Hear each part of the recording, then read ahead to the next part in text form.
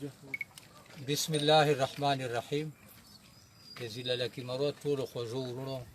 السلام علیکم ورحمت الله. دا د مروت بیټنی قومي تحریک دا ګران قدردان مشران نوجوانان دلته په دې ایریګیشن قانوني چې کېناستل یو هنګامي اجلاس یې وکړ. په اجلاس چې څو فیصلې وشوې. یوه فیصله خو دا وشوله د مروت کانال خړو اوبو حوالې سره چې موږ په دې باندې ډېر افسوس کوو چې ډانګې نه سوې جوړې ایږه نه مخکې صفایي وکړله نو ډانګو نه له وجې نه فلډ راغی سیلاب راغی او 3 کیلومتر هغه نیر چې صفایي یې سلی وه او سره 3 سایپن بیا ډک سله. اوس یې ډانګو کار شروع کړ نو په دې باندې موږ ته ډېر افسوس ته دې موږ مذمت کوو. نو صفائی کار لگیا دا او سایپنو صفائی کار لگیا دا او سره ډانګو کار لگیا دا. موږ ډیپټي کمشنر صاحب نه کمشنر صاحب نه وزیر اعلی صاحب نه ټول حکومت ریاستي ادارو نه دا درخواست کوو چې دا سایپنو باندې کار چې دا ډېر سسته کمزوری ده چې دې ته مزدوران د مشینري ډبل کړي او زر نه زر د صفائی وسي چې کم از کم موږ ته په دې مخته میاشتې چې خو دا خړې اوبر ورسېږي. دومه فیصله مو دا وکړه چې کومو د مولانا فضل الرحمن صاحب چې هغه تجوړي روډ باندې ډکیتۍ چې شهید سلی و او عنایت الله شهید چې کوم دی د مخکې په تجوړي روډ باندې ډکیتۍ چې شهید سلی و هغه لپاره موږ ته ډي پي او صاحب چې کوم ټایم راکړی و چې دی چې به موږ هغه قاتلان ملزمان به موږ ګرفتاروو او هغه منطقي انجام ته به موږ ځان رسوو. نو هغه ټایم تیر سو هغه پسې 2 هفتې نوره تېرې سوې. نو دا ټول مروت بیټني قومي تحریک د مشرانو نوجوانانو دا فیصله وکړه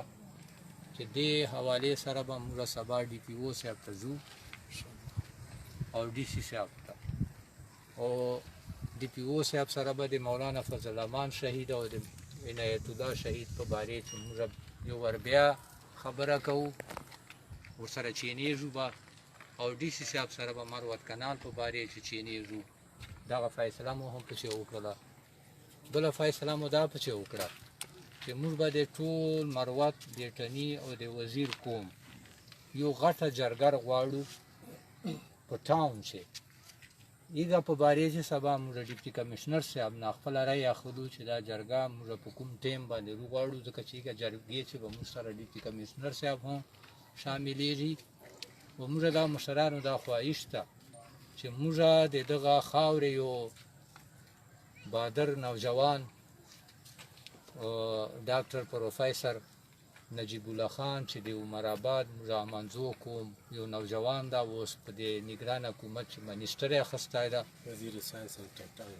ساینس اینډ ټکنالوژي منیسټر یې اخیستی ده. نو د هغه موجودګي مشرانو خواهش ته چې هغه هم دې جرګې ته راشي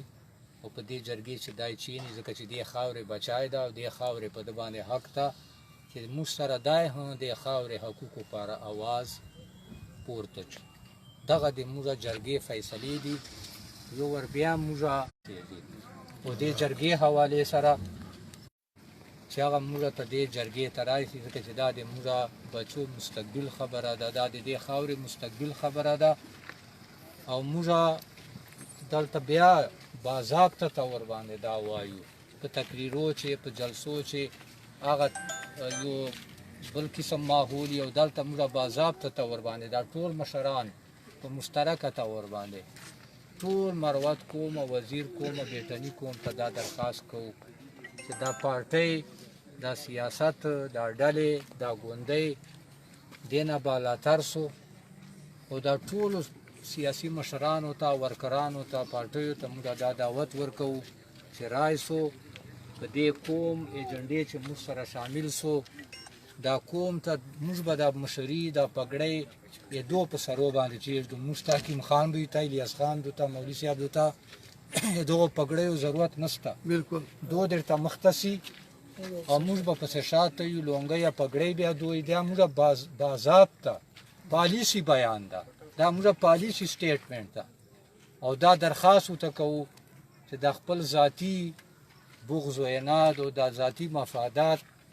او د ګیلو مانو ته د خفګانه ناراضګي دا شاته واچو او دا کوم د پنځګونۍ چې د جنداري چې ټول سره ګډ سو او د خاورې خدمت لپاره د خاورو بچو مستقبل سره به سره یوسو دا موږ له طرفه نه دا پهل ده او دا مو درخواست ده